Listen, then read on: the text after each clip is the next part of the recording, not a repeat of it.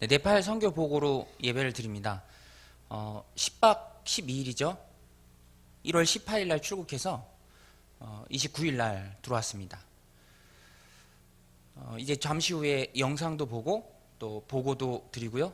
또 두 분의 간증자께서 간증을 해주실 텐데요.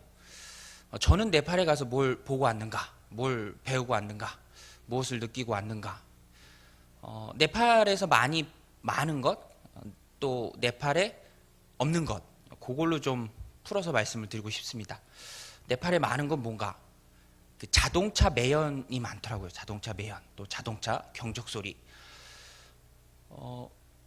카트만두가 분지라 매연이 안 빠집니다. 먼지랑 매연이 너무 심하더라고요. 요새 우리나라 미세먼지는 양반이더라고요. 그 정도는 그냥 상쾌해서 숨 쉬기 편한 정도. 카트만두 시내는 마스크 없이는 못 돌아다니겠더라고요. 저는 또 매연 맡으면 머리도 어지럽고 두통도 심한데 굉장히 고생했습니다. 또 한 가지 네팔에 많은 게 그 자동차 경적 소리. 예. 갑자기 뒤에서 빵 거리면 그렇잖아요. 욱하고 올라오는. 네팔 다녀온 지 한 달이 넘었는데 제가 우리나라에서는 경적 소리 3번 정도 들었습니다. 3번. 예, 많이 시간이 지났는데도 제가 한 거 1번, 남한테 들은 거 2번, 뭐 그 정도로 별로 안 들었는데 네팔에서는 너무 많이 들었어요. 사실 우리가 선교 가기 전에 문화의 벽을 넘어라라는 그런 문화 충격을 극복하자라는 책을 읽었어요. 읽고 갔는데 이론과 실제가 다르더라고요. 마음은 그렇지 않은데 익숙해지는데 문화의 벽을 넘기가 쉽지 않더라고요. 익숙해지는데 굉장히 오랜 시간이 걸렸습니다. 그러면 네팔에 없는 건 뭘까? 네팔에 없는 건 뭘까? 제가 보고 느낀 거는 불평불만이 없더라고요. 불평불만. 네, 이제 나쁜 얘기 했으니까 좋은 얘기 해야죠. 불평불만이 없습니다. 특별히 네팔 분들 우리 같으면 굉장히 막 이 불만 있고 불평할 경우에도 그냥 아무렇지도 않은 듯이 넘어가더라고요. 갑자기 전기가 나가도 그냥 그런 듯이 넘어가고 앞에 차가 역주행해서 와도 그런가 보다 하고 피해가고 불평불만이 없습니다. 특별히 네팔 성도님들, 크리스찬들 불평불만이 없어요. 네팔 6기차인가 이따 영상에도 혹 나올 수 있는데 덧다가리 교회라는 곳을 갔습니다. 덧다가리 교회. 작은 교회입니다. 군자너걸 교회에서 개척한 작은 교회인데 얼마나 작은가 하면 가정집을 그냥 예배 처소로 쓰고 있어요. 근데 굉장히 허름하고 비좁아요. 허름하고 비좁다는 게 표현하자면 정확히 말씀드리면 가정집에 방 한 칸이에요. 가정집에 방 한 칸이고 멍석 하나 깔려 있는. 그럼에도 불구하고 교회 성도님들의 이 표정이 너무 밝습니다. 저희가 가니까 이제 그 교회 성도님 2가정 정도 되고 또 아이들이 모여서 우리가 왔으니까 축하하면서 또 환영하면서 찬양을 부르는데 그렇게 밝은 모습으로 또 아름답게 찬양할 수가 없더라고요.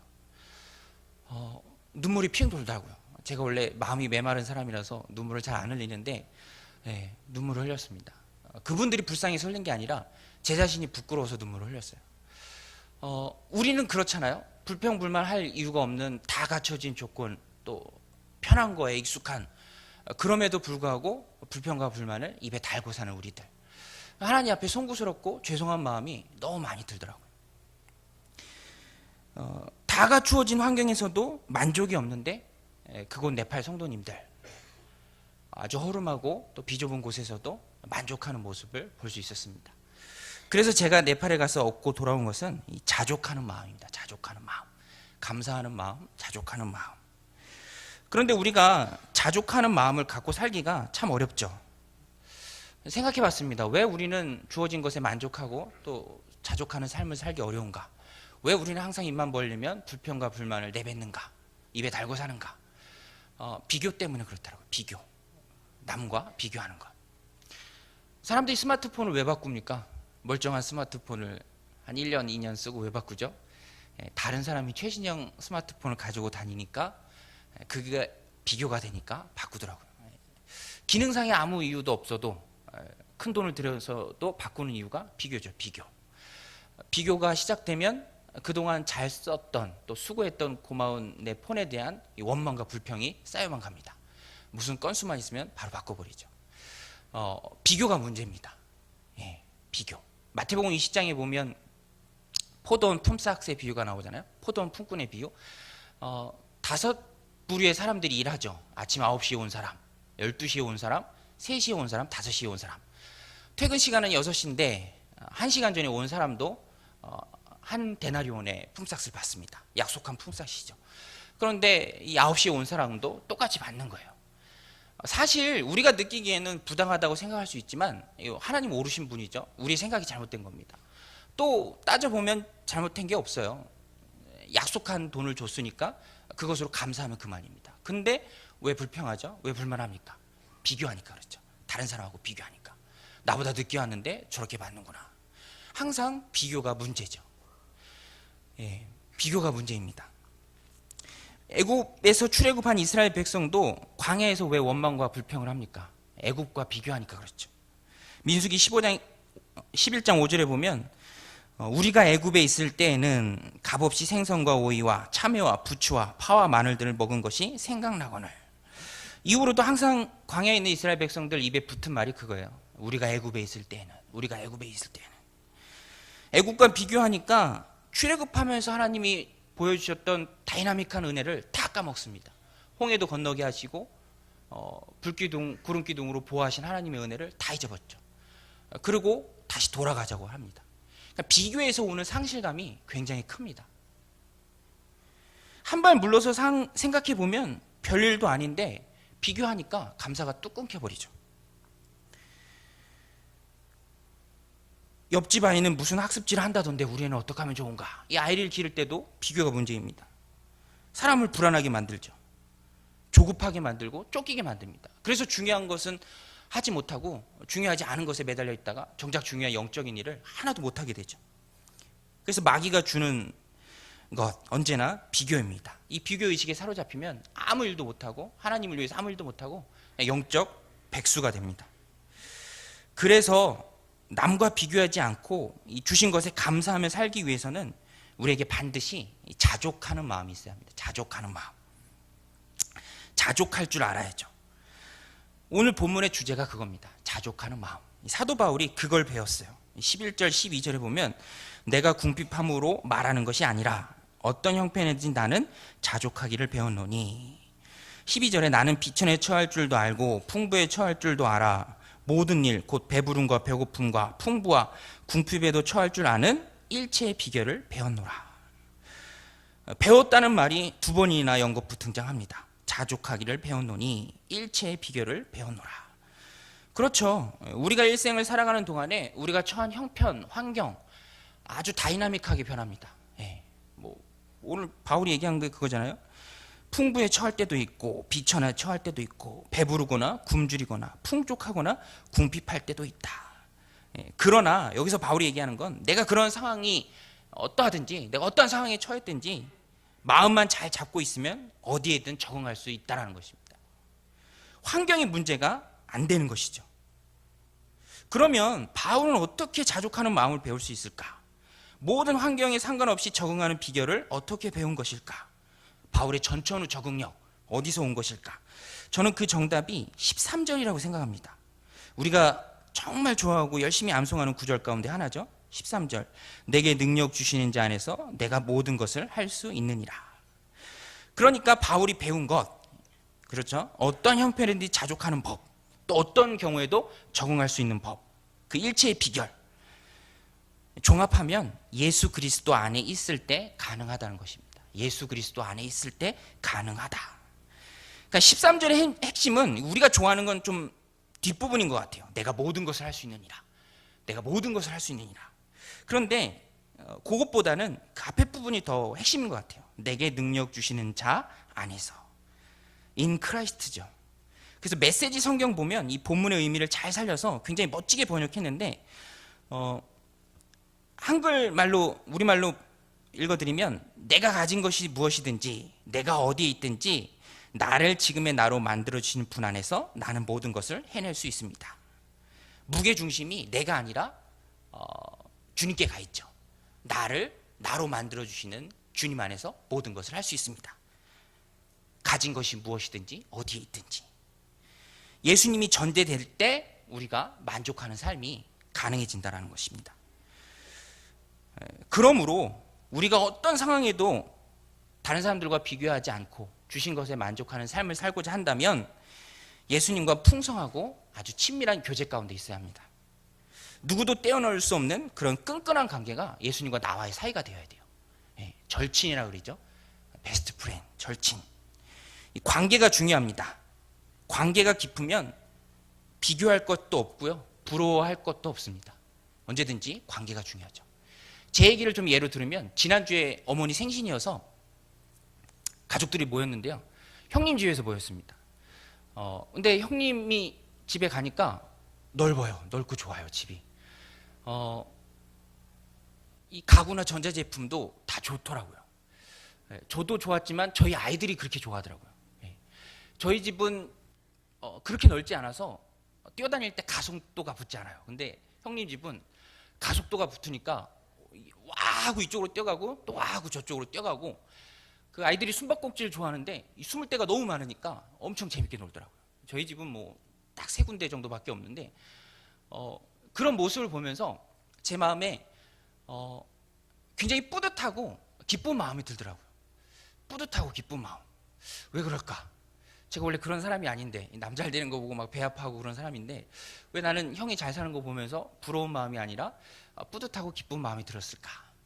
차 타고 오면서 제 마음을 좀 들여다봤습니다. 그러니까 관계성에서 그 답을 찾을 수 있더라고요. 관계성. 형이니까 그렇죠. 형. 사랑하는 형이니까 뭐 부러운 마음보다는, 어떤 질투보다는 그것 자체가 감사하고 고맙더라고요.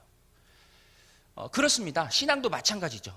예수님과 우리의 관계가 끈끈하고요, 그 관계가 깊다면 다른 것이 유혹거리가 되지 못하고 세상에 부러울 것이 없게 되는 것입니다. 감사한 마음이죠. 감사한 마음. 누가 환경에 영향을 받지 않고 굳건한 신앙생활을 할 수 있는가? 예수님과 관계가 좋은 사람이에요. 관계가 좋으면 어떠한 것에도 영향을 받지 않습니다. 저희 아이들도요, 뭔가를 좀 잘못하면 제가 굉장히 호되게 꾸짖고 매질을 합니다. 엄마가 말릴까 봐 엄마 없는 데로 들어가서 문 잠궈놓고 매질하는데 그렇다고 상처를 안 받더라고요. 모르겠어요. 더 안 맞으려고 저한테 계속 그러는 건지 모르겠는데 한 5분 지나도 바로 막 매달리고요, 좋아하고 그러더라고요. 근데 관계가 나쁘면 그것이 상처가 되겠죠. 중요한 것은 환경이나 처한 상황이 아니라 언제든지 주님과의 관계입니다. 베드로가 성령 충만했을 때 동료 사도인 야고보가 이미 처형당했고 자기가 내일 아침이면 동틀 때면 처형당할 수 있는 상황에도 불구하고 예수님과의 관계가 너무 끈끈하고 좋으니까 그 안에서 푹 쉬잖아요. 감옥에 천사가 구하러 올 때도 쿨쿨 자고 있어서 흔들어 깨울 정도였습니다. 상황이 문제가 아니라 관계가 문제입니다. 반면 범죄하고 넘어지는 사람들 대부분 이미 마음이 나뉘인 사람들이에요. 이미 예수님이 그 안에 중심이 아니라 마음이 나뉘었죠. 대표적인 경우가 가룟 유다죠. 사탄이 그에게 예수님 먹을 마음을 넣어주매 그가 딴 마음을 품고 예수님을 넘깁니다. 그래서 주님을 등지고 세상 따라가는 사람들 다 망하는 길입니다. 그래서 우리는 예수님만 바라봐야 합니다. 우리가 자주 고백하는 찬양의 가사도 있잖아요. 사람을 보며 세상을 볼 땐 만족함이 없었네. 그 다음 가사가 그거잖아요. 나의 하나님 그분을 뵐 때 나는 만족하였네. 동남풍아 불어라 서북풍아 불어라. 예수님을 소유한 사람은 이 세상을 덧없이 여깁니다. 이 세상이 유체지죠. 간혹 저희 아이가 저한테 삐지면 그렇게 얘기해요. 그때 실로폰 새로 샀을 텐데 유치원에서 받았을 텐데 저한테 막 협박하듯이 그럽니다. 아빠 실로폰 안 빌려줄 거야. 아빠 인형 안 빌려줄 거야. 물론 서운한 척은 해주지만 저는 뭐 필로폰 필요 없습니다. 안 빌려줘도 되고요. 뭐 그 하나 제가 사도 되고 그런 것 같아요. 신앙이라는 게 예수님과의 그런 돈독한 관계에 있을 때 세상의 유혹거리가 되지 않는 것이죠. 누가 세상에 넘어가고 누가 예수님 등지고 쫓아가는지 예수님과 관계가 엉성한 사람들입니다. 그래서 주님과의 올바른 관계가 중요하죠. 비교할 수 없는 분을 소유했는데 누구랑 비교할 수 있겠습니까? 바울도 빌립보서 3장 8절에서 그렇게 고백하잖아요. 또한 모든 것을 해로 여김은 내 주 예수 그리스도를 아는 지식이 가장 고상하기 때문이라. 내가 그를 위하여 모든 것을 잃어버리고 배설물로 여김은. 배설물이 영어로 덩이잖아요. 덩. 우리나라 발음이랑 비슷합니다. 덩. 배설물. 그 메시지 성경이라는 곳에 보면 이 배설물 이 덩인데 하나 더 추가해서 이 배설물을 똑덩이라고 번역했습니다. 똑덩. 예. 개똥이죠, 개똥. 내가 예수님보다 소중히 생각하는 건 무엇이 됐든 그것은 이 메시지 성경 표현에 의하면 개똥입니다. 개똥. 개똥 쫓아가는 인생이 개똥 같은 인생이죠. 개똥같이 망하게 되는 것입니다. 우리는 주님 한 분만으로 만족하는 삶을 살아야 합니다. 말씀의 결론입니다. 그러면 어떻게 주님 한 분만으로 만족하는 삶을 살 수 있을까? 오늘 말씀의 제목이 그거잖아요. 감사와 비교 사이. 말씀드린 것처럼 감사와 비교 사이에는 주님에 대한 만족하느냐 만족하지 못하느냐가 있습니다. 주님 한 분만으로 만족하면 늘 우리 삶 가운데 입술 가운데 감사의 고백이 나오죠. 그렇지만 그렇지 못한다면 항상 비교하고 불평과 원망하게 되어 있습니다. 어떻게 하면 하나님 한 분만으로 만족하게 되는가? 저는 이것이 사랑과 비슷한 것 같아요. 사랑도 사랑의 마음을 갖고만 있는 것이 아니라 표현해야 그 사랑이 더 커지잖아요. 마찬가지로 우리가 주님의 사랑도 받지만 우리 편에 있어서는 주님을 향한 그 사랑을 자꾸만 표현해야 합니다. 하나님에 대한 사랑을 표현하는 것. 사랑은 동사입니다. 동사. 내가 사랑하고자 한다면 더 사랑할 수 있는 것이죠. 하나님과의 사랑을 표현하는 방법이 예배죠. 하나님 만나는 예배, 주님과 대화하는 기도의 시간을 늘리는 것. 아주 작은 것이라 할지라도 말씀에 순종하려고 부단히 애쓰고 노력하는 것. 그런 사람들이 바로 하나님을 사랑하는 것을 표현하는 거죠. 이상하게 내가 그런 것들을 표현하면 표현할수록 주님이 나에게, 내가 주님을 향한 그 사랑과 마음이 더욱 깊어져가고 더욱 많아지는 것입니다. 그럴 때 바로 주님 한 분만으로 만족해지고 세상이 덧없어지는 것이죠. 그리고 하나님 부어주시는 풍성한 은혜를 누릴 수 있습니다. 그러므로 우리는 어떠한 일이 주어질 때마다 사랑을 표현해야 합니다. 단기 선교도요, 사랑을 표현하는 가장 좋은 방법이죠. 무엇이 됐든 하나님이 주신 그런 귀한 기회들 선용해서 사랑을 표현하고 또 그럼으로써 주님 한 분만으로 만족한, 그래서 내 입술과 삶에 감사의 고백들이 넘쳐나는 저와 여러분이 되시기를 주님의 이름으로 기도드립니다. 기도하시겠습니다.